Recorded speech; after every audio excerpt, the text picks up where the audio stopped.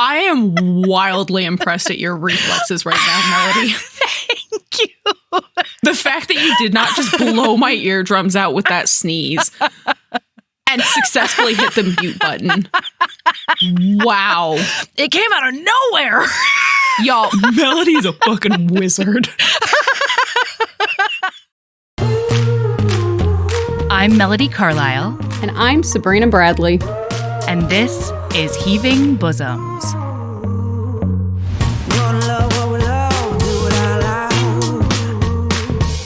Stack our shelves with the crunches out. Shout it from the rooftop, can you hear the sound? Yeah. Live your best life, love it out loud. Love it out loud. This is the podcast where best friends recap romance novels and other kissing media that makes us swoon, snark, and refills our cups.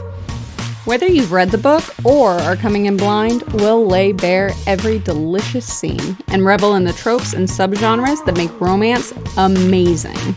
All right, listener, strap in and strap on. Headphones are highly recommended.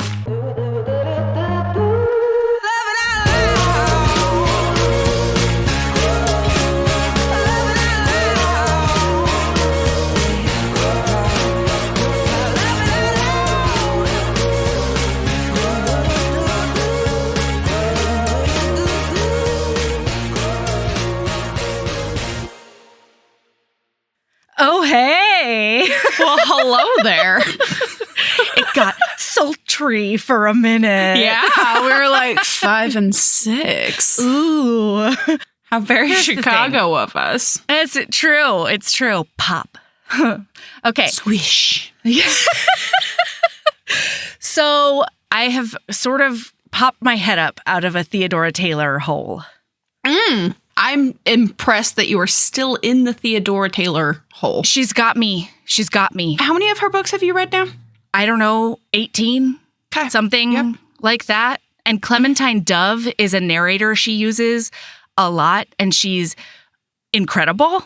So, Okay. Big fan there. Listen, did you know that Theodora Taylor dabbled in some paranormal werewolf Viking time travel books? Did you know that? I did not, but I am looking at her back catalog right now. Yeah. I read Her Viking Wolf. It's a very straightforward title. That's not the Yeah. one I was looking at. Well, I see her Scottish wolf. There's a series. Apparently, she also has a dragon series. There is a dragon series, and I'm pretty sure I met one of her dragons in one of her Russian books when Ivan sells his estate to a guy that smells funny to all the werewolves. And Ivan's Russian book is set in the same town, this reclusive werewolf town that this book is set in. You know that I'm a slut for series that all tie together, and you're about to drag me kicking and screaming back into Theodora Taylor. I'm not sorry about it. No, I don't think she invented the strategy of ensnaring readers by crossing over books and series and all the business. And she doesn't even do it really obviously. You know what I mean?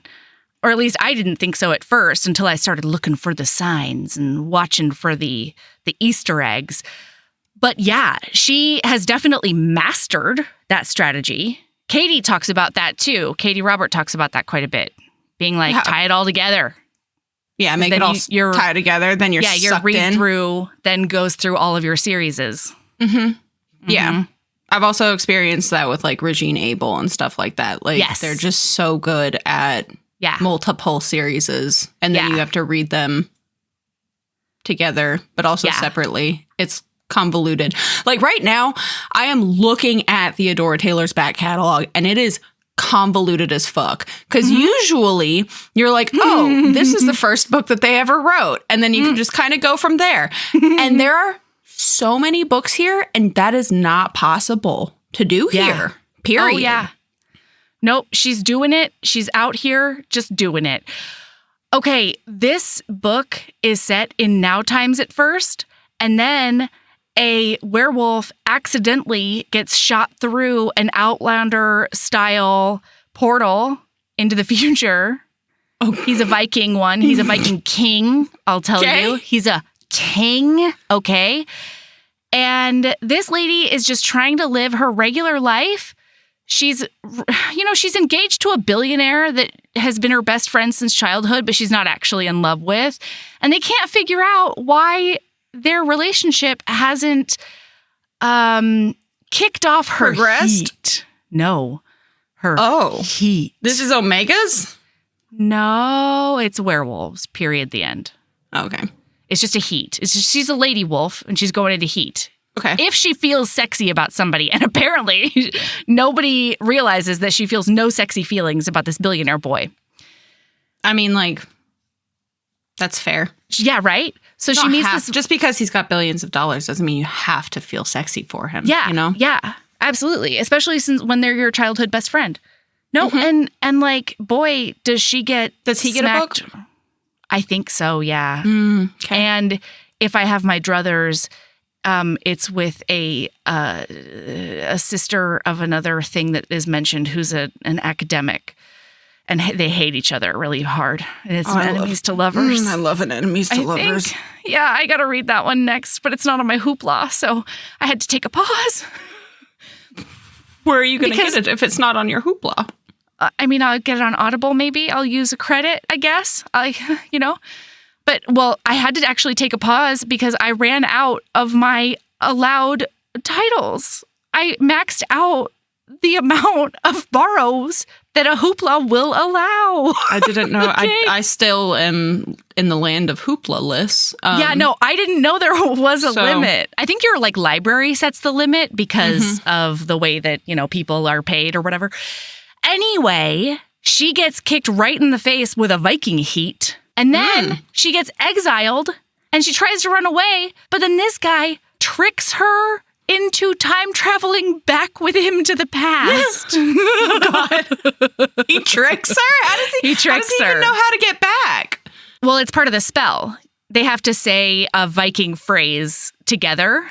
And he tells her that it's the phrase that'll make it so they'll break up forever. And they won't have any mate feelings for each other anymore. And instead, it's a tricky time travel. And she gets sent back to the Viking age. It's like 1000 AD or whatever. Incredible.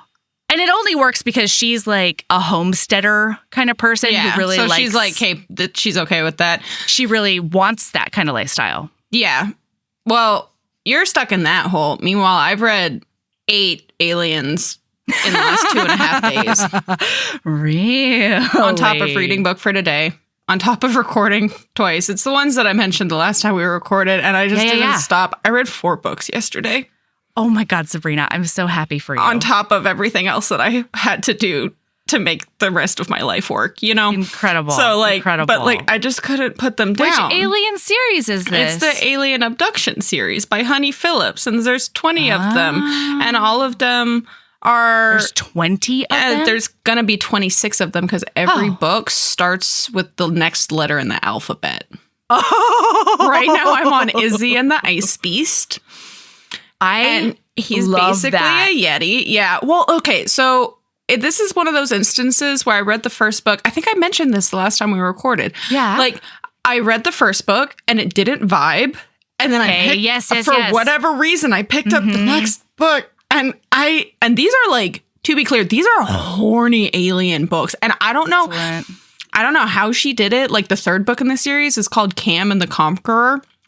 And it is straight up he is slave master. She is human sex slave. And I don't know how she made it work because all the way until the end of the book, she sure did. And it's probably one of my favorites. I love him as a hero. He's fantastic. Whoa. But it's one of those things where not every book is the same kind of alien. There's a lot of different things and different worlds and you just barely meet the next hero or the next heroine. And then all of a sudden the next book is about them or a couple of books later is about them.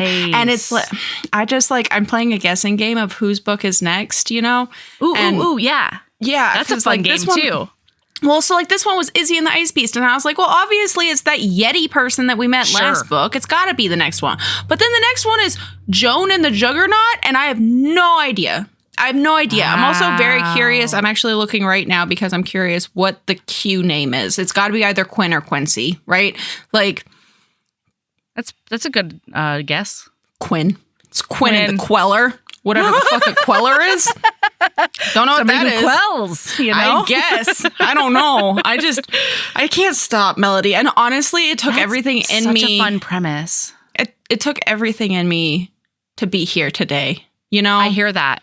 Because like you want to be crawled into Theodora Taylor's hole. I want to be crawled into Honey Phillips's hole. But we have responsibilities. I know. We love listener. Listener's important. Even if all I can think about is Yeti nodding, you know? Yeah. No, I hear that. Yes, absolutely. Except they're called rings there. Instead of knots, they're rings. Yeah. I love that. Okay. We got very, very extra special listeners, though, that we have to shout out personally. Special listeners today. Because, look, everybody, there's a lot of ways you can support the show. Listens are amazing. I mean, just like, downloading and engaging with us, following us on social media helps. Anytime you do a word of mouth really commenting, helps. Telling people about how unhinged we are and how much you love it. Right. Writing us reviews or just giving us like ratings wherever you listen. That helps. But there is also Patreon. It's called Patreon, and you can support the show directly on Patreon. So we're going to shout out some of those people. Thank you. Hey, seriously, thank you so much for joining Patreon. I hope you love everything we're throwing at you. So welcome to Elizabeth D. and Laron H. To Maya A. and Elizabeth P. Louise P. and Ari. Lauren S. and Ashley B. Veronica and Stephanie M. Robin K. and Emily. Riley M. and Marta O. And Tyshira D. and Meredith B. We super appreciate you because we literally wouldn't be able to do this without everybody's support. You know? And absolutely. We're just shouting out a couple of names, but everybody's important. Yeah. If not for you, it's just me and Melody screaming into the void. It's true. I mean, and that's fun too, It is. But the more support we get, the more time I can spend on this and shouting into the void with you. And I really like talking to you, so. I do too. Being able to justify all the hours we spend together is really nice. Oh my God, it's a lot of hours too. Okay, listener, we have been very cagey with each other about how we feel about book. I randomly chose a book called Death's Obsession by Avena St. James, I think. St. Graves. St. Graves is what it is, because we haven't done a paranormal in a while. And the hero is death, and the heroine should be dead. But it's not. And it's a lot of trauma. And it's a lot of other stuff. So stalker. Sabrina, it's a lot my God. Yeah, it's possessive. Big stalker. Yeah. Sabrina, how did you feel about book? It's a book that I read. Okay. So you have no big feelings about book. That's the thing is like my big feeling. So there's a lot of stuff in here, this book that should be catnip to me. This is a catnip book, right? This is a catnip book for me, it should be. Like as I was reading it, I was like, there were moments where I was like, oh hell yeah, and like this is amazing, and other parts where I was like, yeah, this isn't that, whatever, blah blah blah. But like, and there were, and then I finished the book, and I sat there for a second, and it's a book that I've read. Yeah. How did you feel about book? That's basically how I felt about book. Okay. Yeah. I'm relieved. Okay. I was a little concerned you were going to come in, which this is fine. If you absolutely loved book, because I found out this afterwards. The book you accidentally picked, or not accidentally, but the book that you just randomly picked. Yeah. Was a huge fucking book talk sensation last year, apparently. Really? And Instagram. Because I went down the rabbit hole because I was like, how do other people feel about this book? Like, Sure. I have to know, because it was just, I was just a little underwhelmed, and that's okay. It was just a random book that we picked. It would like, whatever, blah, blah, blah. And then I went down the rabbit hole of TikTok, Instagram, and reading the reviews. Mm-hmm. And I spent like a solid 2 hours watching TikToks, watching and reading Instagrams. Like, I was like hyper fixated the hell out of this. Yeah. And it was wild, the dichotomy, because Book Talk was losing their goddamn mind for good reason. Because, listener, the dedication to this book is to the girls that think the Grim Reaper will fuck like a god. I am so pleased. Writes a lot of checks. And I think that that's the problem, is there were a lot of checks written, and I feel like they didn't get cashed, you know? Interesting. Yeah.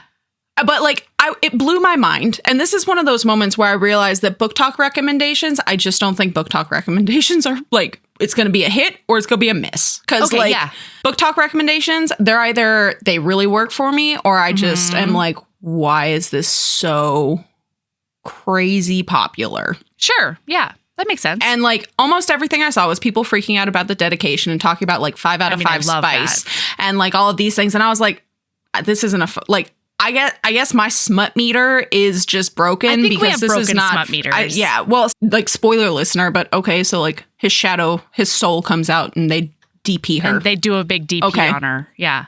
That's fine. Yeah. Like, it didn't even, I wasn't even fazed by it. I was like, okay. Yeah. Okay. So here's what's interesting. I feel like I had no idea what I was going into. I normally don't read the dedication, but I happened to swipe through it and I was like, that's incredible. I'm into it.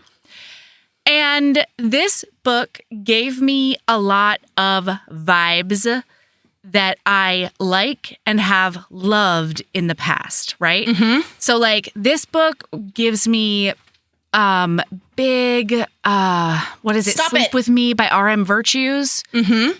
There's a lot of dream demon sex in there, and it's, you know, it gives me like similar This vibes. book made me wish I could reread for the first time. Like, I could read again for the first time Sleep With Me and King of Flesh and Bone. King of Flesh and Bone. Yep.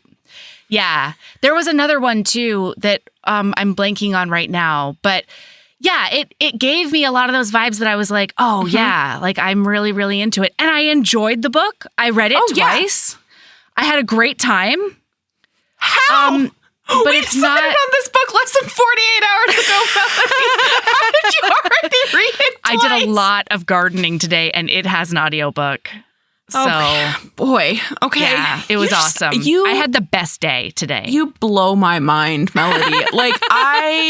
You blow my mind. Yeah. Anyway. So, like, I loved it, but I don't know why. It's not something that I'm going to be like, oh my God, I have to tell everybody about it. You know, like it's it's an incredibly competent, delicious book. And you know what's funny about, this is what I was thinking when you were talking about the Smut Meter, right? Mm-hmm.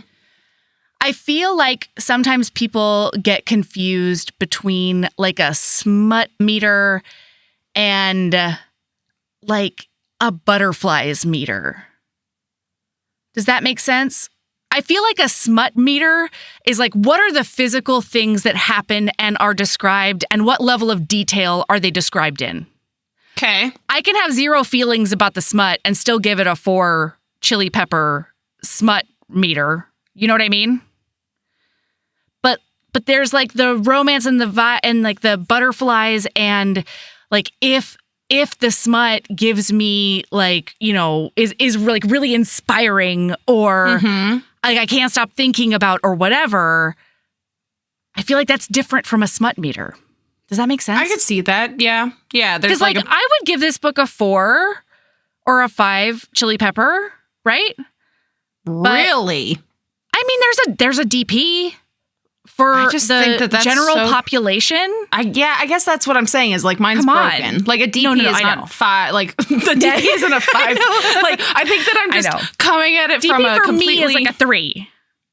Yeah. It's like a 2.5, 3. You know, like at this point, that's in most books that I read. Like not most books, but like it's common enough that I'm like I don't bat an eye at it. It's not something that makes me go, oh. I guess there's also like two different meters of like a shock meter and also a smut. And I think that I struggle with that, where like it's hard meter, to separate smut meter or spice meter and the shock meter. Because like sometimes I read a book and I'm like literally agog. My mouth is like my jaw has dropped and I'm like, I cannot believe that author just did that. And like, holy shit. Yeah. But yeah, I don't know how. I think it's just another one of those things. I enjoyed book. Yeah, well, see, and that's the thing is, like, I read it to the, like, I read it, really liked it. Enjoyed it, but then when I closed it, it's not, if we were not going to be talking about it on podcast, I probably wouldn't have ever talked about it to anybody. Sure. Yeah, absolutely. Know? Yeah. So, okay, listen, we do have to do a bit of a trigger warning because there is a list of trigger warnings that is incredibly comprehensive. And it's so comprehensive, it's almost like, is that a trigger? Like anal is on there. Yes. And I don't consider that a trigger or like a content warning, but I understand why you might think, other people would appreciate that. I will say, I was immediately hesitant seeing that trigger warning list. I know. Okay. The reason I say that, and this is like, I don't think we've ever talked about this on pod, but so I do read a lot of dark romance. I like dark romance a lot. There seems to be a thing in the dark romance community right now. And I've talked about it a lot with like friends and things like that, where it's like, I personally feel like authors want to just have the biggest trigger list ever, but it doesn't actually add to anything in the book. They just add them in because that is a draw in a lot of dark romance like reader communities. Like if there's a lot of triggers, then it's like, oh yeah, because like a lot of times people are like, I want something that's going to test my limits. It's going to like push me. That's like going to, I haven't found my hard limit yet and I want to find it. And so they look at a book that has a page and a half of trigger warnings and they're like basically salivating at it, which is fine. But because of it, I feel like I don't want to read a trigger, like something that is triggery, just for the sake of you being able to add another trigger to your trigger warnings list. Okay, I see what you mean. So you're saying that like it for like the instead sake of adding in tropes, people might be adding in like acts or components and it's just like, of the story. I don't necessarily think that was the case in this book, but I will say I was hesitant going into it because of it. Like I think that the trigger list was perfectly valid and adequate reading this book. Like I didn't feel like there was anything where I was like, oh, this was just put in here so that your trigger list was longer.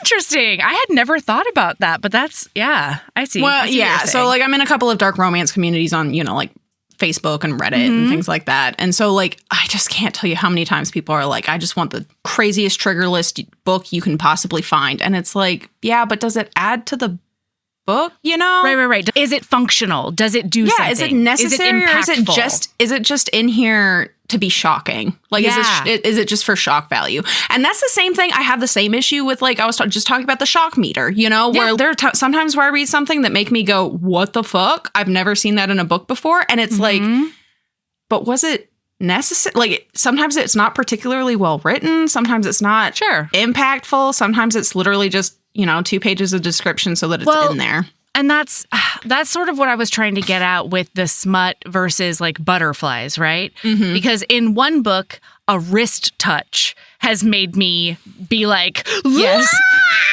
Yeah. Like, oh my God. Well, and like to be clear, there are quite a few moments in this book where I was like, like, oh yeah.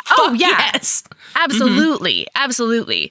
And I really liked the amount of agency this author managed to give the heroine with a really serious stalking element. I was impressed by that. Like, so like, and that's amazing.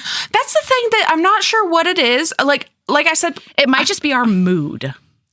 That's entirely possible. I did cry at multiple parts because I'm definitely on my cycle, like there are times where it's also like a deeply emotional book. Like check those trigger warnings and also like just big trigger warnings in general. This episode, we're going to be talking a lot about death and grief and suicide and like. Yeah. And then there's also an on-page emotionally abusive and mildly physical. Well, shouldn't be mild, but like there's also some like physical abuse. There's an arm grab that is not cool. And there's a lot of drug misuse. Abandonment. Lots of abandonment. Mm-hmm. Yeah. So, it's heavier because it's a dark romance and that's what we wanted. So here we go. Okay, we should get into it. Hey, everybody. Wow. We come in and Shane East, the narrator for Death, is coming in hot in the prologue, waxing poetical about being death, carrying out death, and then realizing that he never thought he wanted or needed a soul until her. And it's good. Yeah, like it was a super flowery. It was a real. So like my very first quote is from the prologue for this book. And it's, "She is a storm on winter's day, and I will be content with never seeing the sun again. She offered me her soul, and I gave it back. Not because I did not want it. Oh, I wanted it like a flower wants the sun, like a river wants the sea. When I come to collect her soul, it will not be to take her to the afterlife. No, her soul will be mine to keep." So like, we're starting off strong. There's a lot of flowery descriptions in this book. And I'm not mad about it. But it doesn't venture into like the purple prose area, you know. But I will say that there's a time later on where the heroine talks about him reading sonnets to her. And I was like, yeah, he did. Like, I get that from the way that he's written. The way he speaks. The way he speaks, the way he thinks. Absolutely. Yeah. And then chapter 1 opens up hot. She's getting letters while she sleeps. Yes. And marks left on her body and like in charcoal. And everybody thinks it's a mental health crisis. Her psychiatrist actually tells her that she must be sleepwalking and drawing this all over shit herself on her at night. And writing these notes to herself and leaving herself presents. And I'm like, flowers, girl, and stuff. You need a new therapist and a new psychiatrist. Especially since she's paying out of pocket. This is medical, whatchamacallit. Malpractice? Yes. Like, let's just say they weren't a good fit. And she's paying out of pocket, going broke, like is buying powdered milk because she has no money. Yes. And then paying for these antipsychotic drugs. Yeah, to get rid of hallucinations. Right. And then therapy sessions in which the therapist tells her that she's making it all up and... she's being gaslit? Yes, by her therapist. Medical professionals. Yeah. Like, what the fuck? Because this entire time, because she is at this point stopped telling people. So at this point in the book, she knows of the male main character. She calls him the faceless man. Ooh. Nobody else can see him. That's hot. She very rarely sees him. And like, she has stopped talking about it to her mental health professionals because they keep telling her basically, you're crazy. You're doing this yourself. Dosage. Yeah. Oh my God. That is, to be clear, listener, if your mental health professionals are doing this to you, find a new mental health professional. Like, I mean, and like, especially, because this is the thing, right? It's like, I can understand why a medical professional, a science brain, would be like, prob's definitely not, you know? Like, you're not getting magical schmurgle blurgles and you're not anything else. But, you know, I don't know why they're not digging deeper because like clearly or, like, this woman, considering the fact that it might just be a stalker. The fact that they don't even question, like, what if she actually has a physical stalker? Yeah, what if it's just a mortal man? Like, oh my God. I don't know. But it's wild. So the reason that this has all started, listener, since she was in a really traumatic car accident, she fully has PTSD and survivor's guilt and a whole smorgasbord of other issues with it. But she was in the car with her sister, her twin sister, Dahlia. Dahlia and her terrible boyfriend, and he wraps their car around a tree. She gets flung out of the car, and then her sister and her sister's boyfriend die by fire. Yeah. And she's in a coma for a month. And then when she woke up, she started getting these notes and getting these presents and stuff. And it's like a year later. It's a year and a half later. That this has all been going on. And they're just still like, well, Let's give you a couple more milligrams. Yeah. That's not how you deal with PTSD, my friend. I would love to take your $150 for this session. Please leave with your Looney Tune booty. Yeah, we'll see you next week. Yeah. Enjoy your powdered milk, bitch. Thanks for paying for my fucking vacation to Disney World. Right.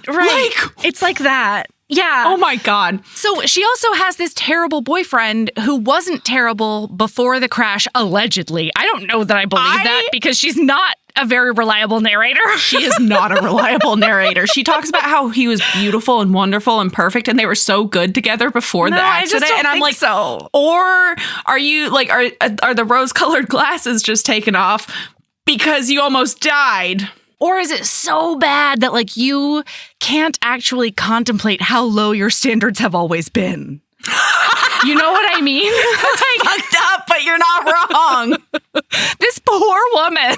His name is Evan, and he is a piece of shit. One of the reviews that I saw, so like, yeah, that was one of the things. Is like this was social media blew up. Like this book was like everything. There's a lot to talk about. Oh yeah, no, but like the reviews were consistently like 1, 2, and 3 star, and they were like, it's a book that I read, or like, oh really? It was fine. Yeah, like the actual review, it was wild. It like I said, the dichotomy between the social media presence of this book and then the review presence of this book is very, very at odds with one another. But one of the reviews was like, fuck Evan. I will not be elaborating. Goodbye. And I was like, this bitch knows. They got it. They've got that. This. Because like for real. So Evan is her boyfriend and he, oh my God, he refuses to live together because apparently he needs to stay sharp for his job and can't do that if she keeps him awake with her ramblings. How about some empathy, because bro? She's waking up with nightmares. Instead of being like, is there something we can do to help you through these nightmares? He's like, I don't care if we're broke. We're both paying rent in different places because I cannot with you. Yeah.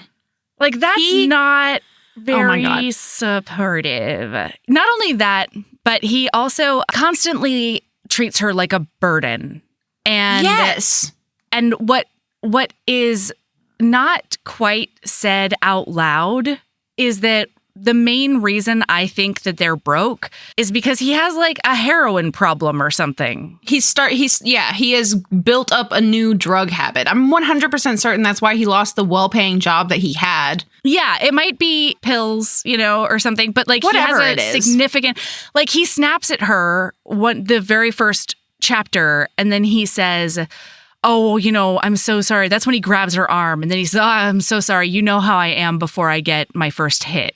Mm-hmm. Like that's a problem. Oh, and I assumed he was talking about coffee at the very beginning of the book. I forgot about that quote. But you've read it twice. I thought so you caught too. That. It's drugs. He's a drug. Oh, yeah. Fun. Oh, I can totally see looking back how there's a lot of clues to that. Yeah, but it's never quite said out loud. So until the very end. Yes, yeah. Well, so when something truly shocking happens. I was not prepared. I was not expecting that, to be frankly. So apparently there's also, like I said, listener, big trigger warning on like suicidal ideation and stuff like that. Yeah. Because basically what has been keeping her alive, according to her, quote unquote, like, I pushed the drawer full of the faceless man's gifts back into the darkness and slipped between the cold sheets to lie next to a man who doesn't know those letters are the only reason I'm alive. And I'm like, honey. Right. Like, she's a sad puppy. No, it's bad. And the other thing that's not, it is said out loud, but it's subtle, I felt, is that there have been multiple times where she has attempted suicide in the last year and a half. Mm-hmm. And so from her perspective, it's like, the faceless man is the only thing that's sort of getting me up in the morning. Mm-hmm. But from his perspective, he's like, I control death. Yeah. You're not going to die.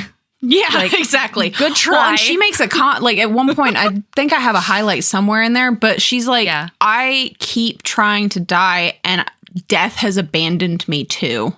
Death doesn't even want me. Are you eating a fucking puck of Mexican hot chocolate again? Okay, listener, wait, sidebar, listener, okay. Last time we recorded, Mel was eating this gigantic thing, right? And she was just nibbling on it the whole time. And I thought it was just a gigantic Reese's cup. And I remember thinking to myself, Mel has more control than I do because I would have shoveled that thing into my face and then just called it good. No, I find out after the fact because Mel looks at me after we finished recording because she knew that I would have demanded that it went into the fucking episode if we were still recording. She looks me dead in the face with like a devious 3-year-old smile. And she's like, you want to know what I was eating during the recording? And I was like, and it clicked. Inordinately proud of myself. And I was like, yeah, what the fuck was that? I thought it was a Reese's cup. Until I could see the inside, and it was just solid black. What the fuck was that? And she's like, remember that hot chocolate that Mary sent us? And I was like, well, you were just eating a puck of hot This is the other half of that same hot chocolate puck. So I saved it like a lady, okay? I saved the leftovers. And now I am consuming that leftovers because sometimes I have time to make hot chocolate and other times I don't have time to make hot chocolate. It's just like, and this is the regardless, equivalent. Mexican hot chocolate is delicious. It is delicious, but it's like the equivalent of me going and getting just a packet of loose powder and just like sitting here with a stick and like fun dipping it into my mouth. You've never fun dipped a hot cocoa powder? I have, just not as my podcast snack. Yeah, okay. Yeah, I mean, I wouldn't do that either for a podcast snack, but I have done it many a time. Oh yeah, I'll just. Are you kidding me? Give me just a bowl of hot cocoa mix. It's usually this index finger. Well, yeah. I mean, obviously, it's just the finger. I was just thinking about like while I'm podcasting, I would need a clean hand. No, absolutely. Anyway, wait. So, I need Mary to know specifically. Hello, Mary. It's you and me right now, and I love you so much. I have made serious hot chocolate with this, okay? I've also made it for my kids, and I've shared with my family. They know the bounty that is Mary. This is just something that I had to have for me only right now. Thank you so much. Okay. Meanwhile, I haven't had any of the hot chocolate yet because I haven't had milk in my house since I got the package. God, you got to get your shit together because I know it's delicious. I fucking love Mexican hot chocolate. I just haven't had milk in the house because I keep forgetting to buy milk and I almost never have milk in the house. Yeah, fair.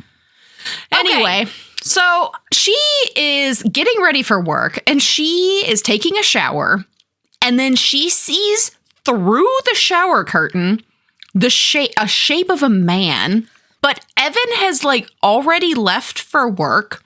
And so she's like, it's a faceless man, and like rips the curtain away and there's just nothing there.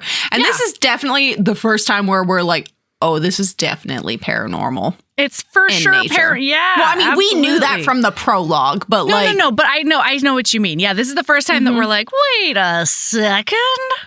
And then let me tell you, she gets out and starts getting dressed and she makes a bunch of comments about how weirdly her clothes were fitting. And I was like, I swear to fucking God, if this woman is pregnant. Right? Same thought.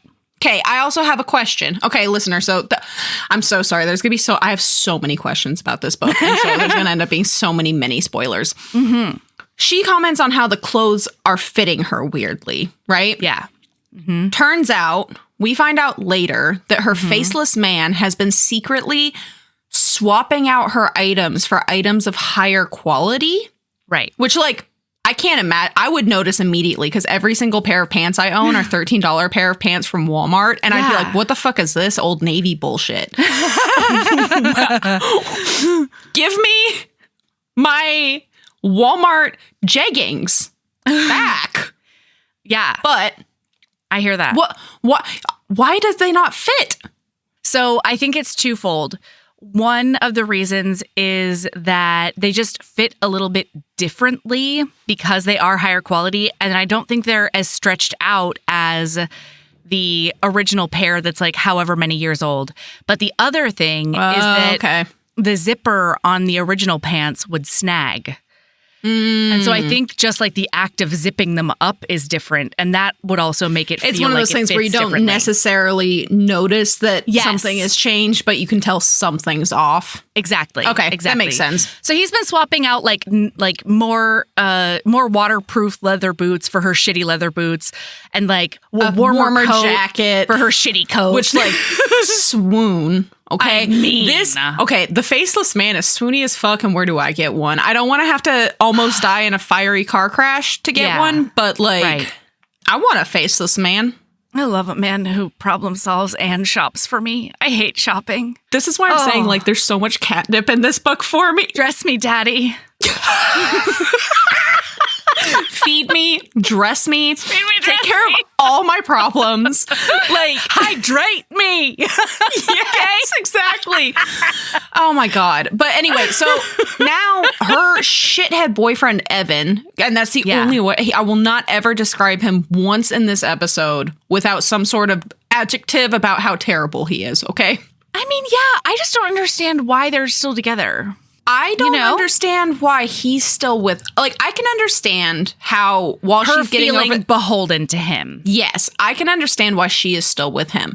And I guess, like, I understand why he is still with her. Like, he probably feels, like, shitty and guilty at the thought of breaking up with her after this horrible, because to be clear, she is alone in this world, listener. Her parents are dead. They both died of some kind of cancer. Yes, within, like, 6 months of each other. Bowel cancer, something like that. Something to do with your insides. Same cancer, okay? Yeah.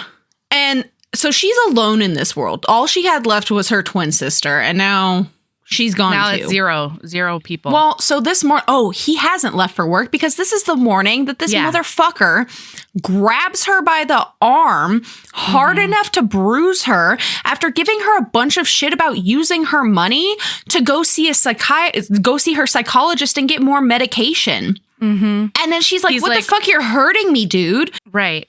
And then he's like holding her and kissing the top of her head like, I'm so sorry. I'm so sorry. You can fuck right off, Evan. Oh, yeah. Mm-hmm.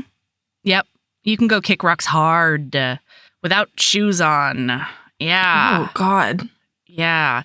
No, and like that's a lot of it. Like with Evan, it's interesting. It's an interesting dynamic, I think, because they both have fairly low-paying jobs. She's a barista. And so one of the things that he gives her shit about is like, how did you not make more tips? And she's like, my job isn't tips-based. Like, people As don't somebody who understand. was a barista, tips were extraneous. Right. Like, a lot of people don't tip baristas, you fuck. And he's like, why don't you smile more? Like, he's the worst.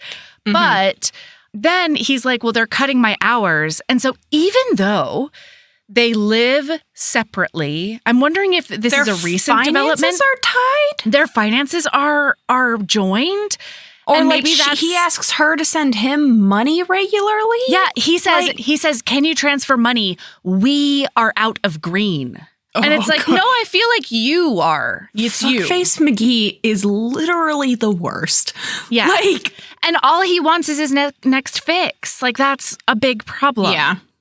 So he does that, and then we hear an ominous, like, knock, knock, knock. And when he opens the front door, he doesn't see anything, but she can see the faceless man standing in the street. And then when she blinks, he disappears. He's gone. Then she gets a text message. And it's like, oh shit. He says, death comes in shadows and the light. It does not need to wait for the dark. For him, I will come as a hurricane. Okay. Faceless man is mad. Faceless man is making not very opaque threats. This is why I don't know why I was startled towards the end of this book, right? Like, looking back, I'm like, I just all the signs were there. We weren't Sherlock Holmesing hard. No, that didn't Sherlock. Okay, I Sherlock Holmes a lot of things in this book. Okay. Not that. Okay. Definitely so anyway, she is really surprised by this because he has been literally he has been communicating with her literally on brown parchment paper that looks like it's been written on by like a swirly fountain calligraphy. pen. Yes. And so now she's like, wait, he can do text messages? Like, this is new and weird.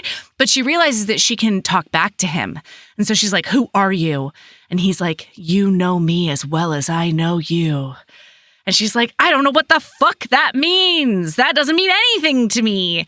And like, she ends up going to work that day. And she always looks forward to opening her locker at work. Because he'll leave her like, he usually leaves her a lily. He leaves her like flowers and presents and stuff. As things become more dire, he just leaves like money clips in her bag and shit. Oh my God. Like, where's my faceless man? I could really use a faceless man right now. You know, I'm at a spot in my life right now where a faceless man would be real nice. It'd be great, you know? I think. Yeah. So sorry, I'm catching up because it's one of those things where we keep touching on things before they actually happen, which is fine. Some books, and I feel like this is a book where we kind of have to do that for context, because we were like, listener, no lie, there were points where I was lost as to what the fuck was going on. Oh, really? Not like totally lost, but I was like, why is this important? I see. Because, like, there's a lot of little, like, things dropped in the beginning of the book that I can imagine rereading it. I'd be like, oh yeah. Like, I didn't catch that the first time around. There's a lot of that. Yep. So now she's at work. She's, like, hoping basically to not get fired. And then doesn't she go over to his house? Isn't that what happens next? Well, no. So she ends up, she's asleep. We zippy zap to bedtimes, and she goes to sleep, and she's having a dream where she's standing on a beach. And by the way, the faceless man, every time, the reason he's faceless is he has a black hood up, you know, and she can't see what's underneath that. That's exactly, I was Soul just Eater about was to say the other book it's that like I got when. vibes. Yep. I got those vibes in this book. Same. Yes, I did not. Yes. I hadn't put that into words, but yes, also same. That was the third book I couldn't remember. Yeah, Yes. Soul Eater by Lily Mayne. And so she's having this dream where she's standing on this beach of black sand, and he's like cradling her head and telling her how beautiful she is and like how she's his and all of those things. And then he's like, you cannot run from me because I will catch you. You cannot hide from me because I will find you. I have smelt your scent. Let it linger on my skin. You are imprinted in my memory. You are mine, Lilith. There's nothing you can do to escape me. Which, like, red flag central, and I'm into it. Yep. Red flags central into it. I am wildly impressed at your reflexes right now, Melody. Thank you. The fact that you did not just blow my eardrums out with that sneeze and successfully hit the mute button. Wow. It came out of nowhere. Y'all, Melody's a fucking wizard. Like, if I had not been looking at the screen, I would have had no idea that just happened. But in fact, I did see your brain almost explode out of your ears. That's what happened. Wow, that was wild. Anyway, so then he asks her if she tastes as good as she looks, and puts his finger in her mouth and then sucks on that same finger and says that she's intoxicating. And then he is like, okay, it's time to wake up, and kisses her. And then she's awake. Yeah. And then it's Saturday morning, and she goes over to fuckhead Evan's house. And there's a girl there. What the fuck? Well, and the reason she came is because he said the night before that he had a headache. And so she came with headache medication to like help take care of him. And he's like, I didn't ask you to do that. And she's like, I was just trying to do something nice. Who's that girl? And he's like, I didn't sign up for a jealous girlfriend. You're crazy.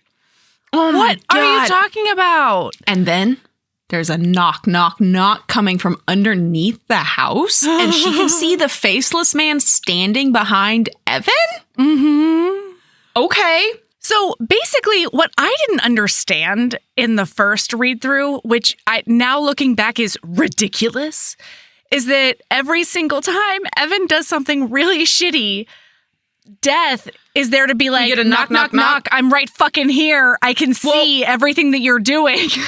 Quite literally, when she gets back into her car, she has a new note sitting in her, like on her dash. And it says, when death comes knocking, it will not wait for you to answer the door. And like, sir, that sounds threatening to her. You know? That's the thing. Is like, at the beginning, I was like, what the fuck is that? Is he going to kill her? I don't understand. Like, what the fuck? But like, oh my God, how did we not guess? I know. We're dummies. We're hot dummies. Oh my God. Well, so then she gets home and she's fucking, we cannot say this enough. She can't afford like bread right now. I think she's got like $19 to last her the next 4 days or something like that.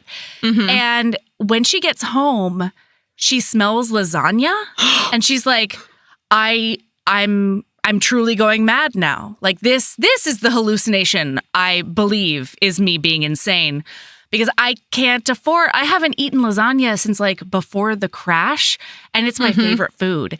Mm-hmm. And she walks into her dining room and there is a candlelit, gosh darn dinner sitting there. And it's a whole lasagna? A whole one. That you can, and a bunch of garlic bread? Freeze for later. Okay. Oh my God. And she, like a nitwit, calls Evan to thank him. What? Oh, he's like, sweetie, you know? He's like, what? What are you talking about? He doesn't even say that. It's the best because he's the worst. He says, okay. Oh. And she's like, wait. So like he's trying to take credit for it, whatever it is. And then she realizes he doesn't even have a key to my house. Yeah, like, he can't afford anything either. Mm-hmm. And then she hears a woman's giggle in the background. Oh, and it doesn't sound like his flatmate, his apartment lady. So then she hangs up on him, good for her, while he's still talking. And then she eats that delicious meal and she gets drunk on that bottle of wine. Well, and she gets a note from him, too. Well, no, she leaves a note for him. Well, yeah, after that. Yeah, sorry. There was a note with dinner. Then she was like, how dumb am I? There's a parchment sitting right here. Was obviously the faceless man, not Evan. Yeah. Mm-hmm. That was unimportant. I'm sorry. Well, then she leaves him a note that says, you should join me next time. And then he responds and says, the only thing I'll be tasting is you. Yeah. Yep. And now it's sleepy times because it's time to sleep. Also, she's hammered. It's also on TM. Yeah. Well, it's sleep time because that's the only place they can sex each other right now. All right? So, wow, he does a sex on her. He goes down on her real good. And then I think he says, it's only fair that you should taste me too, right? I brought you a meal. It's only fair that you offer me one in return. While he's looking just straight down between her legs. Oh, yeah. But then afterwards, he's like, I tasted you, so it's only fair that you should taste me. And then he fucks her face, right? Mm-hmm. Yeah. Well, so his soul, we find out it's his soul, separates from his body. And now there are basically two of him, except one of them is an 8-foot version. And it's like fingering the hell out of her and has her up on her hands and knees. And then he just face fucks her. Real hard. Yeah, and she loves it. Mm-hmm. So this is also, I would say, this is like a Shadow Daddy book too. Yes. Like if there was a prompt that was like Shadow Daddy or whatever, this fits. Definitely. So anyway, she's like, whoa, this is incredible. Great stuff. And then, hang on. The sexiest part of this entire scene is that after she's come like 18 times and Bit had the heck fucked out of her face, the shadow sits her up. I'm so sorry. It's hilarious that in our world, what you censored was hell. You said the heck fucked out of her face. That tracks. I know. Like, I'm going to say dag nabbit, but I will graphically discuss the destruction of a pussy, you know? Absolutely. So anyway, the sexiest part is afterwards, the shadow sits her up and starts giving her a massage. Yeah. Mm-hmm. Yeah, I would like a soul massage. And then she's like asking for more. And he looks her dead in the face and says, please. Lilith, my sweet monster. Because that's his pet name for her. My night monster. Night monster. I said I would taste you. I told you you would be screaming my name. I did not say I would fuck you. Mm-hmm. Because he has boundaries. He wants to wait and claim her in real life or something. He says it will be on his terms and not in a dream. Right. And then he fingers her again to completion. You know, he's a gentleman about it. Mm-hmm. And when she wakes up, so she does admit to him that because he's like, have you dreamed about this often? Me between your legs? And she's like, because he's always like, give me your words. And she's like, merp. And he's like, your words, night monster. She clams up when she's really horny. Which like, it's hard for her to speak, talk, process, relatable content. Yeah, mood. Yeah. When she wakes up, she finds rose petals strewn about the room. And then she realizes that it couldn't have been a dream because she goes into the bathroom and she has bruises all over her body. Yeah, he marked her and he did it on purpose. And the shadow spanked her one time, but it's like the shadow's hand is like a paddle. It's like big. And so there's no way that she could have like spanked herself or whatever. And she's like, this is more physical proof. But and that's the craziest thing. They're all like, you're leaving these marks on yourself. And she's like, my hand is smaller than this handprint, bud. Yeah. Like literally, how could I have done that? Yeah. Oh my God. So now we get a chapter in his point of view. Mm-hmm. And he's talking about how he has always been inevitable up until her, where she has like stolen all of his focus. Yeah. And it turns out the reason he didn't let her soul go is because he wants to keep her for eternity, but he can't do that until she yearns for him as he yearns for her. But she has to yearn for him, not just death. Yep. Which is why every time she tried to kill herself, it did like he was like, I'm not faking that soul because you just want oblivion and I want eternity. Yay. Yeah, that's exactly right. Yeah. Like, sorry, bud. I'm not letting you walk through those pearly gates. And that was a really interesting distinction to me because then he has like a process sort of doing not therapy, but like, I don't know, doing abandonment so that she will deal with her issues so that she will then be ready and like absence makes the heart grow fonder. She'll realize she misses him. And that's when he knows that she'll yearn for him. Any faceless men out there that is listening right now, that will not work for me, okay? No. I have too much trauma around that, okay? Mm-hmm. So we also learned his name at some point. I don't remember when exactly, but we know his name now is Leadum. Oh, because he wants her screaming his name. Yeah. Leadum.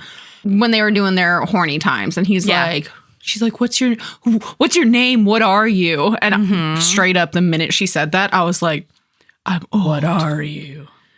What? How old are you? Oh, yeah. Like, I totally had a Twilight flashback. But he's like, my name is Leadum, but you're going to have to figure out what I am. I'm not going to tell you. Yeah. And she's like, okay, well, that's fine. Because now I'm screaming your name again because, Well, and she does a Bella going to the bookstore montage, basically, of like researching and stuff and going on the interwebs until she finally figures out that he's death. And then later on, she tells him that. And we have the scene where he like comes up behind her in the physical world and he's touching on her. Yeah. From behind. And he's like, give me your words, night monster. And she's like, please make me come after a bunch of back and forth because she can't get it out. And then she finally says that. She asks, what do you want from me? And he's like, everything. Yeah. And then he disappears.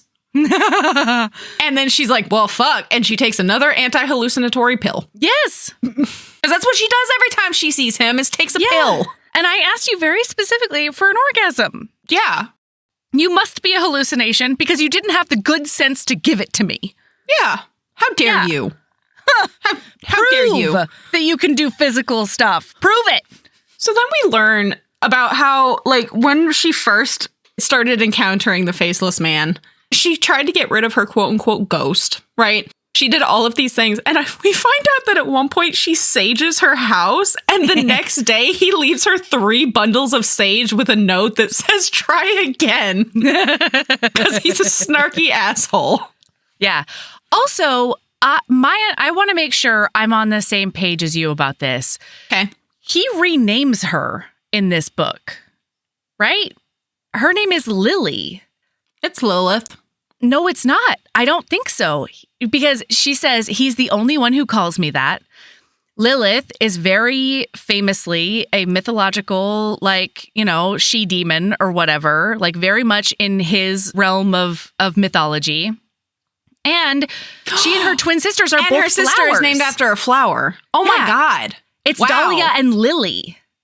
Wow. Not Lilith. That's a bold move, lady. I know, right? I mean, I don't hate it.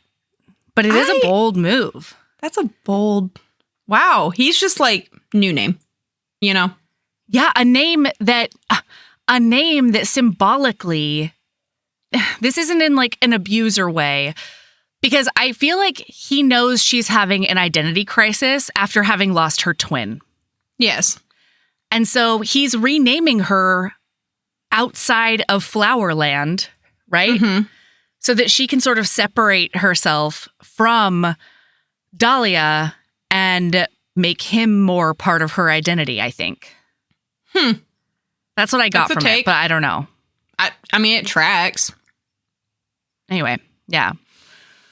So now he disappears for 5 days, and she is not okay about it, especially because he left her $1,000 in cash the morning after they boned down in her dream, and now she feels like she's, a purchased woman. Right. She feels like she engaged in sex work she didn't consent to. Mm-hmm. But then she realizes that she has a ring on her finger, on her promise finger. What? And engraved on it, it says, even in death. And then on the inside, it says, Latham and Lilith. Wow. And she's like, interesting. Yeah. So she finally is feeling like up enough. She's like, I got to break up with Evan. I'm going to break up with Evan. I got to do it. And to be clear, listener, from the very start in chapter 1, she was saying, say the 5 words. And those 5 words were, I am breaking up with you. Mm-hmm. Which is a really interesting way to break up with someone. What do you mean? She wants her to literally say out loud to the person she's breaking up with, I am breaking up with you, instead of, hey, person, we have to break up. I would like to break up. She's just announcing the declaration, I am breaking up with you. Is that how you do it? Have you said, I'm breaking up with you right now? Almost every time. What? I feel like no. Mm-hmm. What? How? Okay, so I know this is going to be shocking to you and everybody. Yeah. But I'm highly conflict avoidant, right? I was going to say, because it's a really passive phrasing. I'm breaking up with you is not passive in the slightest. Isn't it? I feel like it's very aggressive. This is the law. Like, there's nothing you can say. Okay, I was interpreting it differently. Oh, really? I was interpreting it as like she's a third party describing. Oh, So the way I've always taken it, and so what usually has happened in the past for me is I just I am somebody who I won't even realize that something bothers me until, but yeah, I hit that wall and it's over. Mm-hmm. Like there's no coming back from it. A switch has been flipped and I'm done. Mm-hmm. And I have made the decision. Mm-hmm. And frankly, you have no part of it. Yeah. Breakups can be unilateral. Mm-hmm. For sure. Yeah. Every time it's just, I have a conversation with them, but like at some point in that breakup, it's, I'm ending this. I'm breaking up with you. This is over. Interesting. Okay. Because just that phrase in itself, it felt like a distancing tactic. Like the omniscient narrator sort of was coming in and being like, it is very much a happening. Distancing tactic because like I know from my point of view, from like my experience, I'm distanced. I'm not in this at all. Like I'm just here informing you. Yeah, okay. Another person could very easily come and inform you in place of me. But unfortunately, I have to do it because, you know. Because I've got some decency left in my body. Just as easily, I could call you and have you call them, right? And you're like, Sabrina is breaking up with you. Okay. It's just, unfortunately, I have to be the messenger of our demise. You're right. Okay, so I think you're right. I was taking distance as passive. But distance doesn't have to be passive. Distance can be very aggressive. Well, and actually, you know, it's almost like, or I literally just said that it's aggressive, but at the same time, I feel like it's not passive, it's not aggressive, it's literally just a statement of fact. Right. It's a declaration of fact. Yeah. Yeah. This is done. Yeah. Okay.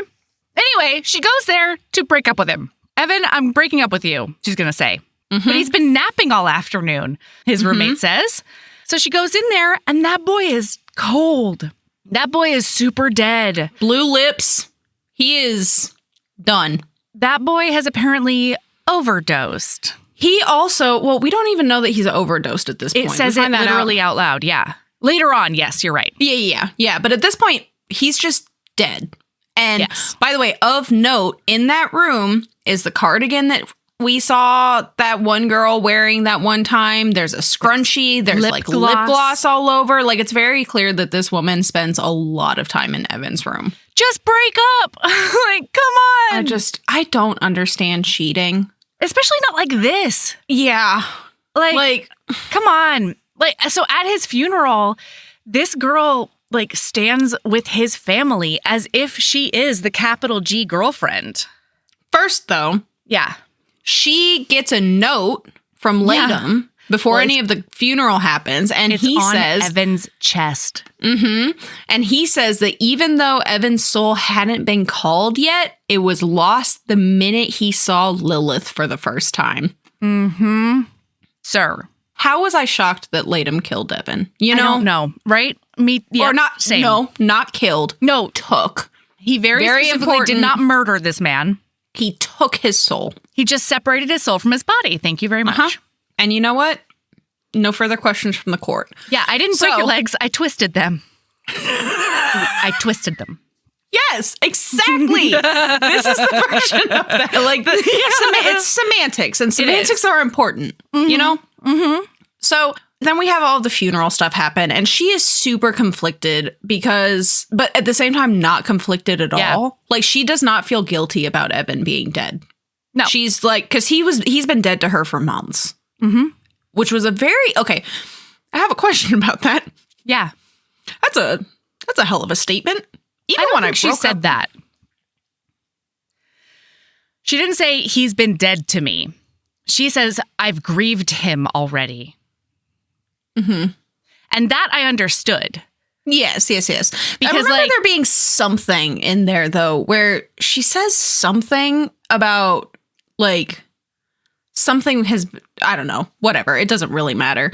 Okay, but she doesn't feel guilty about it. And, oh my God, this line punched me directly in my face. Yeah. Because she says, the worst part is, despite the accusations running through my head, I don't truly feel guilty. I only know that I should be. But I didn't ask Latham to kill Evan. I can't be at fault for a trigger being pulled when I didn't even know there was a gun. Well, God damn, girl. Yeah. That's a statement. Yeah. And, like, that's something I need to remember in my daily life, you know? Absolutely. Yeah. Because, like, I feel guilty for shit that I didn't do all the time. Oh, no, something bad happened? Somehow it's my fault. Let me figure out how I'm in trouble for this. Yeah. And then he we're not even at the funeral yet. Like, he shows up in the room and she confronts him being like, you fucking killed him. And he's like, nah, I didn't though. He specifically says, The afterlife would not have taken him if it was not his time. Mm-hmm. Such a painless death was a kindness, my thunderstorm. Because of you, I did not make him suffer. Yeah. Well, shit. That's very nice. Okay, Latham. Thank you. How do you feel about the nicknames in this book? Which one? The nicknames, plural. In general? At all. I'm not a fan of Night Monster. Yeah, I was wondering if that is one of the chief reasons I didn't connect with this book is because Night Monster always gave me like a record scratch moment. Yep. Mm-hmm. I don't know why.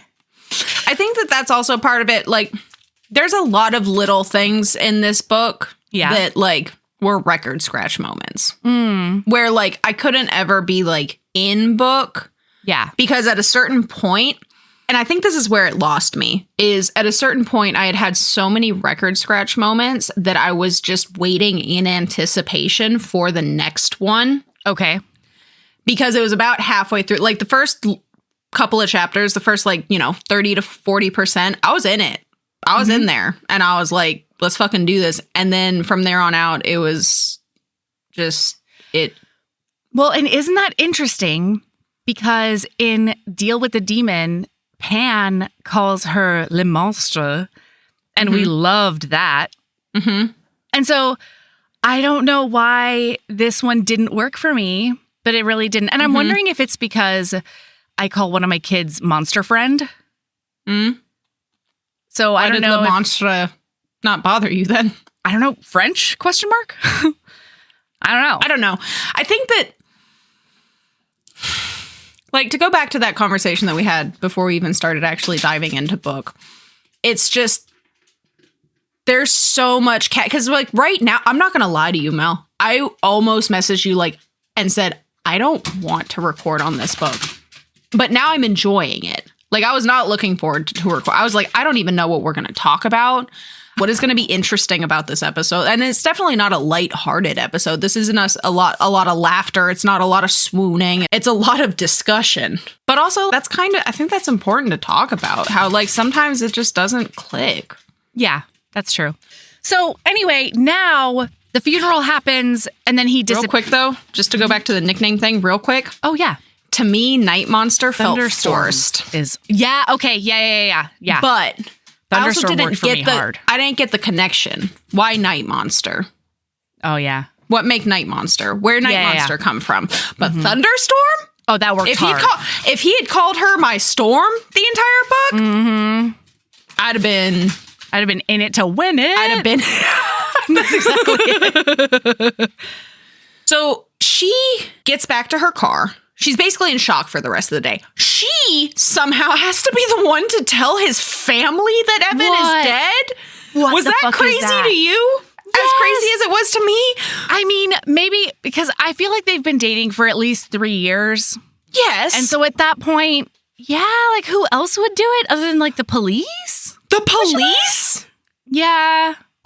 It blew my mind. And I don't think that there's any reason you can give me that I'm going to accept for why she was the one to tell his family that her boyfriend is dead. And I love the fact that she's like, I am not obligated to notify that girl that he was definitely with. Okay? Yeah. Nobody can make me. Well, and she ends up, so she's like super in shock the rest of the day. She does all of these things, but then he this shows like, up. This hurt. So she says, everything crashes when I make it to my car. Like a live wire, everything in me ignites. The static in my lungs burn as I scream, pounding fists and palms on the steering wheel over and over and over until my throat is completely raw. My hands begin to bruise and my arms burn from the pain. I'm bitter. I'm angry. I'm upset. What is wrong with me that death doesn't want me? Why not me? And it's like, woof. It's because you don't understand yet, Lilith. Yeah. Death does want you, but like in a different way. Yeah. But that also I really connected with that whole train of thought. Not proud of it, but I did. And like one of the first time, the only sexual encounter we've really talked about up until this point when she asks him to have penetrative sex with her and he's like, no, her first thought is, oh, because he doesn't want me. Yep. Obviously. It's because he's not attracted to me. And this just reinforces that. Yeah. Yeah. Like, not even death wants me. All of her attempts to meet him in the past, he doesn't want her. When she's finally face to face with him, he seems to not want her. Well, and she thinks to herself, like, I haven't done anything in the past year and a half to look or feel like anything, let alone sexy. Mm-hmm. And so, of course, he doesn't want me. I'm drab and scarred and complicated and gross. And, like, Evan certainly doesn't want me. Yeah. So, of course, this guy doesn't want me either. Well, now... This is when she goes to take one of her antipsychotics, and when she opens the bottle, she realizes that it's not her pills. Mm-hmm. It's a pill, a white pill with the sign for Lilith on it. And she's like, oh my fucking God, he fucked with my medication. Mm-hmm. And I haven't been taking my medication. And then she stops. And I think that this was, like, if there is any point where she hallucinates in this book, it's right here. You know? Right? Like... Because I think she had been taking her medication because she proceeds to cold turkey quit all of her medications. Yeah, and like several of them are antipsychotics. You know, the withdrawals are bad enough on like, oh my God. So she just cold turkey does this. So she's like getting brain zaps all over the place. Like, it's not good. She was like, she spent 3 days like puking. I don't. Yeah. So she ends up going home. And when she gets home, her TV's gone. It's replaced with a painting. There's candles all over the place. They're like all of the gifts that he's ever given her and the letters he's ever given her are like strewn about her room. This includes the bags and the jackets and the letters and the flowers and the feathers. So many feathers. And I think that there were a bunch of things that she had left at Evan's house. No, it was stuff that had been missing, that went missing at her house. Oh, that's right. Because he did a big U on her. Uh-huh. He took a bunch of shit. That's exactly what he did. Yes. Like, hopefully not used tampons, but yeah, everybody's got a flavor, I guess. Hey, I hate that. What I just like said. That, the way I hate it. I can't believe what everyone had. You had to.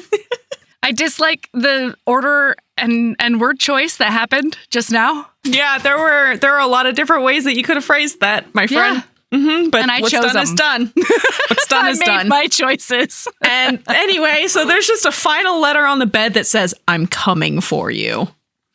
Merp? Yeah. Okay. So this is when she wakes up. So she wakes up in another dream and he's behind her and she looks at him and she's like, "I know what you are." And he's like, "Oh, that's right. Say it." And she's like, "Vampire." Exactly. She looks him dead in the face and she goes, "Death." And then he says, "Good girl." Good girl. Mm-hmm. There is a good girl in this. Mm-hmm. And then they just like super hardcore make out until he's on top of her on the bed. And he acknowledges that the reason he took Evan, not kill, because I don't kill, I take, is because he laid a hand on her when he shouldn't have. Yeah. And he said shitty things to her. And he wishes like I had been horrible to him and like mutilated him. Yeah. I think the important part about this scene is that she wants him to acknowledge that Evan was never competition. And he's like, yeah, obviously I know that he wasn't in my way to like win you. But I really didn't like the way he treated you and spoke to you. And so I killed him dead. Which like, that's swoony. I'm not going to lie. That's fair. He is death, you know? Mm-hmm. Honestly, I would have been a little disappointed if death hadn't taken Evan. You know, like I don't know how I didn't already see it coming, but you know, whatever. So she admits to him she doesn't understand why he wants her. Mm-hmm. Right. And he explains to her all of the reasons that he does. And it's, you know, fine. It's romance. Yeah. It's romance stuff. Mm-hmm. And then she's like, "I don't even know what you look like." And he's like, "You'll be allowed to see me soon." And when she goes to take off his hood, he stops her and he's like, "Your eyes aren't open yet. You can't see me." "Look at my fucking eyes. They're fucking open." He's like, "No, your metaphorical ones." Your inside eyeballs. Yeah, and she's like, I don't have time for metaphors. What Which, are you doing? That's such a mood. Yes. Yeah, there were a couple of times where I was like, this is unnecessary death. Like, you don't have to be so cryptic and fancy about stuff. You could be a little less cryptic. Yeah. You could be just upfront about just literally one thing. You know? Yeah. And so, anyway, then listen, for the rest of the book, it's him fucking off in her mind, but still being right there from his perspective. He just like won't reveal himself to her. Yes. And so the first time he leaves for like 2 weeks or something bananas. And in that time, she finally gets to the point where she wants to visit her parents and sister at the cemetery. Real quickly, though, just right before we get that, there was a really poignant statement where she states that Evan was her anchor, except the rope was too short and it kept her drowning below the surface. And I was like, fuck if I do not identify with that. Like I said, there's a couple of points in this book where it was like, fuck. Yeah, no, the imagery is on spot, on point. For sure. Yeah. But anyway, she finally goes and feels healed enough to go and visit her mom and dad and sister at the cemetery. She ends up sitting there and just chatting to her family. For hours. I cried. Yeah. Tells them all about him. She's like having like a sister download session, you know? And so he is like, I told her that when she does well, especially if she does well in the realm of using her words, then she's going to be rewarded. And so when she gets home, she has a nanny cam. And she got a nanny cam specifically because people were telling her shit like she was getting up and writing on herself. But the whole time, every single time she looks at the nanny cam at night, it is blank. Like it'll do a blip, just cut, and like hours are gone because he's doing magic death stuff. I had on a it. full paranormal activity at that. You know, I was like, fuck. So anyway, he gives her one of the videos, and it's the video of when she got Eiffel Towered by him and his soul. You know? She did get an Eiffel Tower. That's exactly what she got. It's a digital Eiffel Tower, yeah. Yeah, and so she's watching, and the way she finds it, though, is she's having dinner, and then she hears moaning from her bedroom, and she's like, did Latham leave me some weird fucked up present? And then when she goes and finds it, it's just her in the bed. You can't see anything. No. And it's just her being railed by some otherworldly nothing. Something. Yeah, like. Which, would that be sexy? I am still undecided. You know how people are like, I don't want to see my O face. I don't know that I want to see my blowjob face, you know? Well, especially when it's just like... There's nothing there. It's phantom blowjob. Yeah, it's just you with your mouth open and your gagging mouth, like, on something. Weird... and glug, glug noises. Yeah, the glug, glug noises. It's just like your butt is just like rippling because something is pounding into it, but you can't see the thing that's pounding. Well, and it's one of those things where, like, I don't know, because to be clear, in one of the Catherine Moon novel, where one of the reverse harem boys is invisible, it's hot as fuck. But this, I don't know how I feel about this. And I think it's because it's a recording where I have to witness, you know what I mean? Yes. Like, it's very different. It's different than, like, seeing yourself in the moment in a mirror, than, like, analyzing the angles at which you choke on nothing. And all of the bits are moving. And the hair, like, I'm not sure how I feel about it, frankly. I mean, listen, she liked it because she was looking at it and she just sunk into the memory of that first encounter, you know, and that's great. Yeah. Well, so she gets horny and she's like, oh, he's definitely coming for me tonight or come for me soon. And then she goes and she takes a shower and she's in the shower and she's a little horny and she reaches down to diddle her bits a bit. And then he's there. Yep, right behind her, fully naked. Hey, girl. And then he does finger her against that wall. And then he does pick her up and fuck her like a little rag doll against that tile wall. Yeah, they have penetrative sex for the first time. And I'll be honest, this is not when I was expecting that to happen for the Me first neither. time. Me neither, because he made such a big deal about, like, it being a special claiming. And, like, I don't know why shower sex didn't get into that Never equation crossed for my me. mind. I thought maybe what was going to happen was after she got out of the shower, he was going to be there. But, like, not in the shower. I mean, I was into it. And in the shower, he also does anal on her, doesn't he? Yes. So he like touches her back hole and is like, so he's like, how do you feel about this? A book that I read recently called it The Dark Tunnel. Bah! I don't like that. I was like, I don't like that descriptor at all. And so, like, when I was writing my notes for this, I was literally like, all I can think is dark tunnel. What else do I call this? I don't want to say anus, even though that is technically the correct term. Back hole, under hole, you know? There back you go. Hole, that works. So anyway, so he does he like touches up on it and he's like green, yellow, or red. And she's like, oh, green. But like, you know, I don't want to let him know how enthusiastic I am about it. Why? He doesn't need to know of all of the practice and experience that I have. And I'm like, why not? That's hot though. Like, tell me about it. Yeah. So then he is fingering her asshole and fucking her real good. And which like, I bet you would love if my soul was also in you and you were getting a good DP. So then he does grab her by the hair, pull her out of the shower, turn off the light so she can't see him, bend her over the bathroom sink. Yeah. And he's like making a bunch of horny talk. And then he's like, exactly what you just said. I bet you'd like it if my soul fucked you too. Was here and too. So he does, in fact, take her into the bedroom. And he shoves her on top of his soul, and his soul with the gigantic penis does penetrate her. And he fucks her ass. And great stuff. Here we are. A+. And then after they're shadow done, daddy nonsense. They're snuggling up. And she's like, you left me. And he's like, I never left. But also, I'm leaving you again. Yeah. And she's like, I'm here now. Yeah. I don't give a fuck. We'll take this night. But then it was super cute because he's like, I'm proud of you. And she's like, you know what? He says, you've come so far. I'm proud of me too. And she acknowledges that she needs his absence in order to make these hurdles.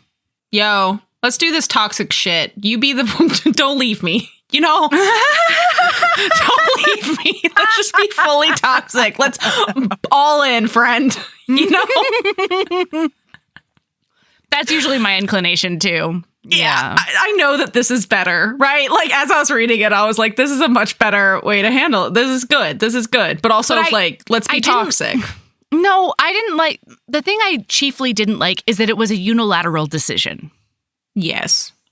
He was like, I know what's best for you. To be fair, he is a millennium-old god of death. I totally get it.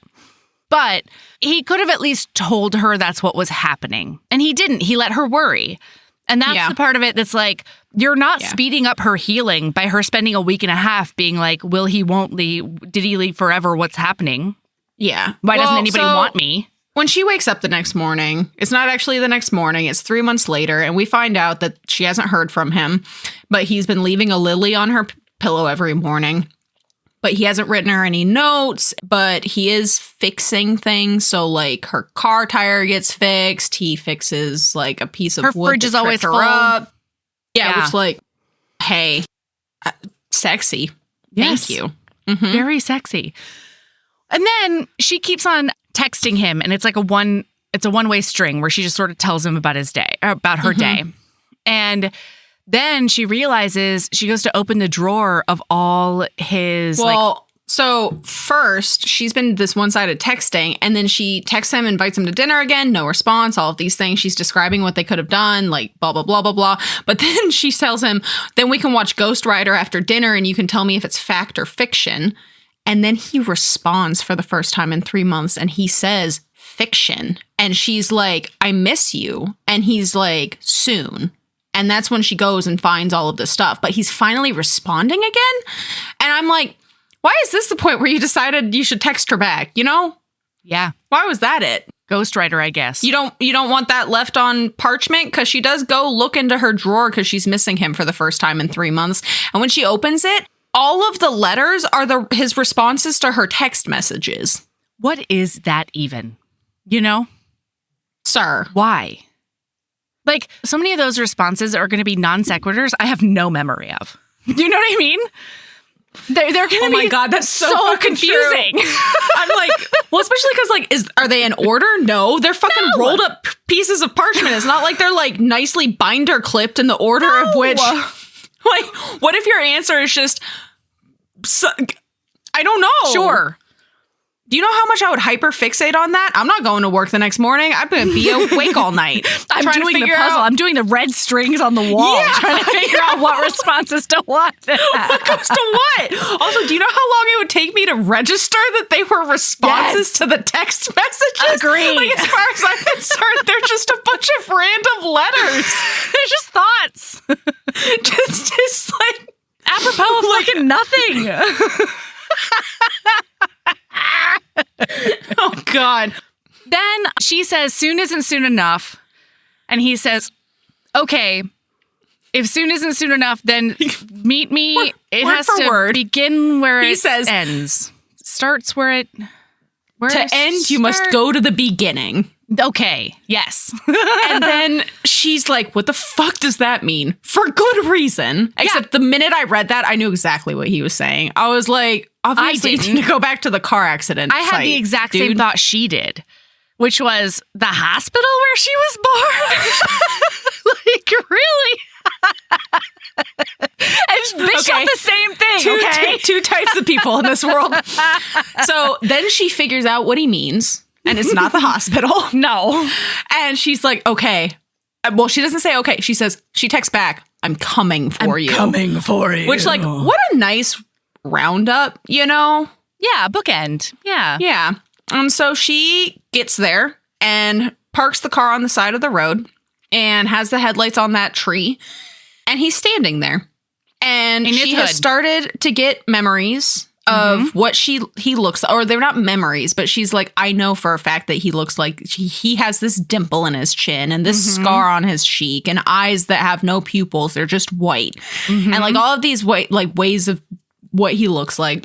And then she walks up to him and she takes off his hood and suddenly, boom, she has all of these memories of the nights that they've spent together, because she's every time she wakes up and can't remember her dreams, she was spending it with him, talking with him on the beach, wandering around, being read sonnets. And that's why he said shit like, you know me as well as I know you.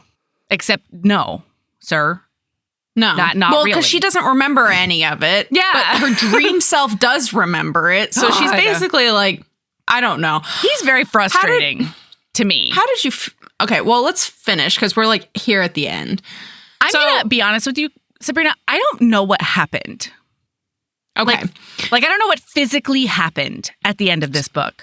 Okay. So she tells him that she's his for eternity, before and after death, that I see you. And then he has a big old quote about how she's a storm and she's beautiful and blah, blah, blah, blah, blah. And she's his. And he's so glad that she finally sees him on all of those things. And then she looks him dead in his beautiful otherworldly face and says, I'm ready. And he says, are you sure? Because you can't take it back. And she says, yes.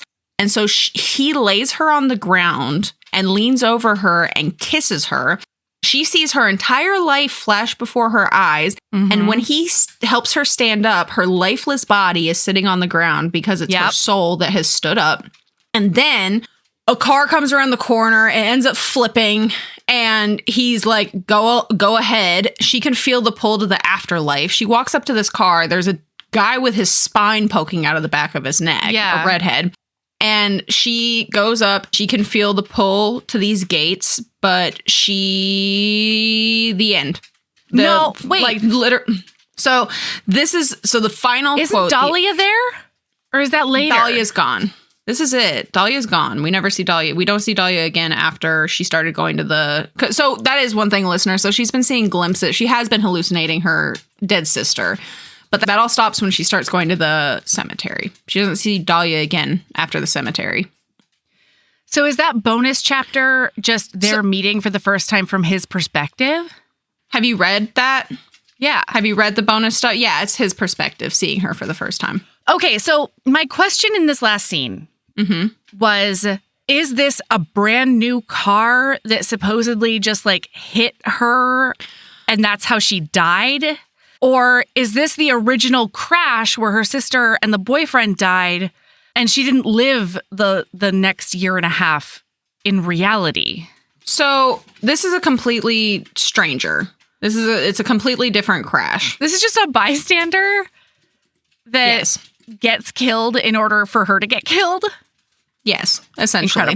Incredible. Well, so that's what I didn't understand. That's what I had questions about, because I understand everything that has happened, but what I don't understand is how it all connects. Because, like, he quote unquote hit her? Yeah. Is that what happened? Is she standing against the tree, like at the memorial of her sister's, or like just standing there on the side? Yeah. And then he comes out of nowhere and slams into her? Or did they supposedly, like, maybe they got in a car, like a head-on car accident that'll be staged by death later? This was very confusing to me. And I don't know. My last note for this entire book. What the actual fuck did I just read? I don't know what happened. Yeah. Yeah.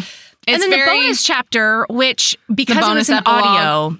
Yeah, because it was an audio, I got a little bit confused because the very next chapter is him encountering their crash scene and seeing her for the first time and telling Dahlia to like step into the light or whatever. He'll take care of Lily or Lilith. Mm-hmm.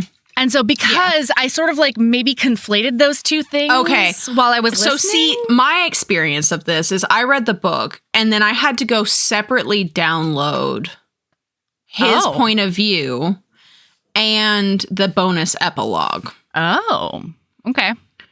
So did you get the bonus epilogue where they're on the beach?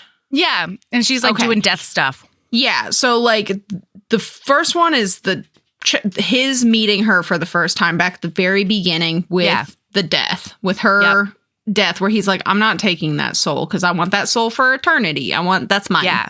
We find out that the beach that they've been on with the big storm and like the prairie behind it or whatever is the place that she conjured while she was in her coma. Mm-hmm. While her body was healing, it was a place that her soul felt safe. Yeah. And then the last chapter, or the bonus epilogue, is just like them in bed and her being like, I love being Death's right hand. It's great stuff. Mm-hmm.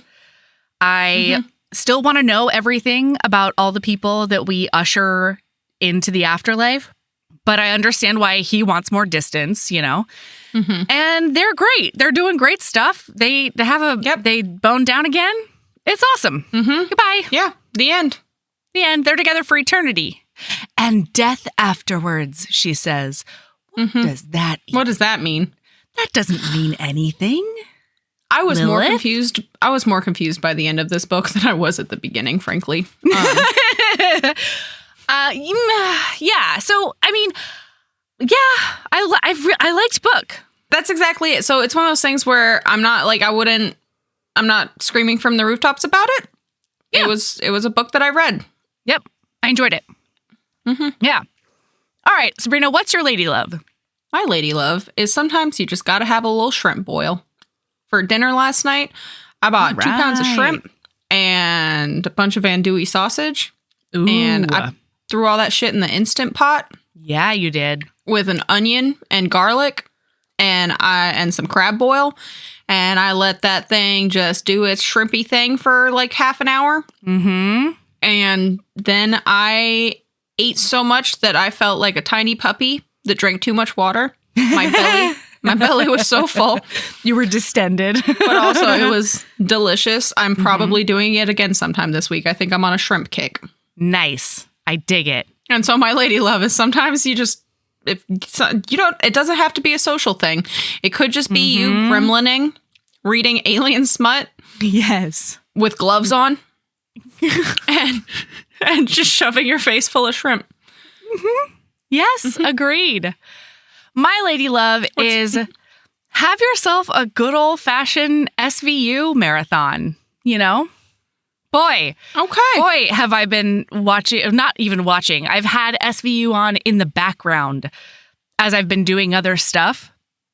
And, it just hits a spot that I didn't really realize. I mean, I've always known that I like the show, but it is one of those things where it's like coming back to an old friend, That fascinates me because I don't know that I've seen an entire episode of Law and Order all the way through in my entire life. Wow. But I do know what it's like going back to an old friend because I do rewatch White Collar probably at least once every other year. Yeah. Yeah, my other one is the 1996 Pride and Prejudice miniseries. That's a good one, I think. I've never seen that either. I've heard that it's good. Oh, my God. Oh, yeah, it's Warehouse really good. 13, though. I'll rewatch Warehouse 13 until the day I die. Never seen that.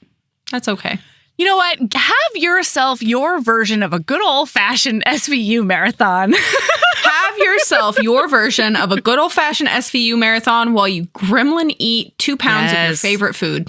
Yes, absolutely. And then keep being a badass.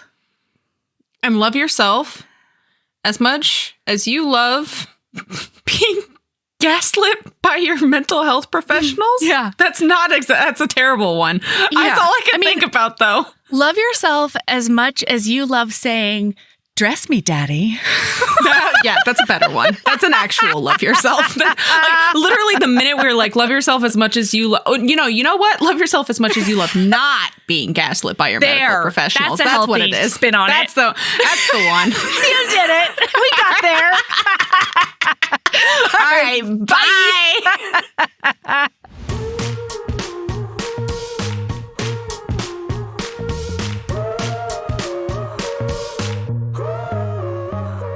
Heaving Bosoms is produced by us, Melody Carlisle and Sabrina Bradley.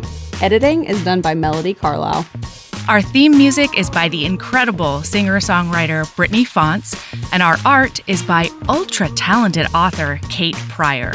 If you like our show, remember to follow us on your favorite podcast app, rate us 5 stars, leave a nice review, and of course, tell all your friends about us, even if they don't read romance. If you want to get in touch, you can email us at heavingbosomspodcast@gmail.com. If you want more of us, visit patreon.com/heavingbosomspodcast. You can also find us on Instagram @heavingbosoms, on TikTok @heaving_bosoms, and in our Facebook group, the Heaving Bosoms Geriatric Friendship Cult. Head over to our website to sign up for our newsletter, get our Reading Embrace printable, and check out my audiobooks at heavingbosoms.com. All right, we'll be back next week with more swoons and snark. See you then.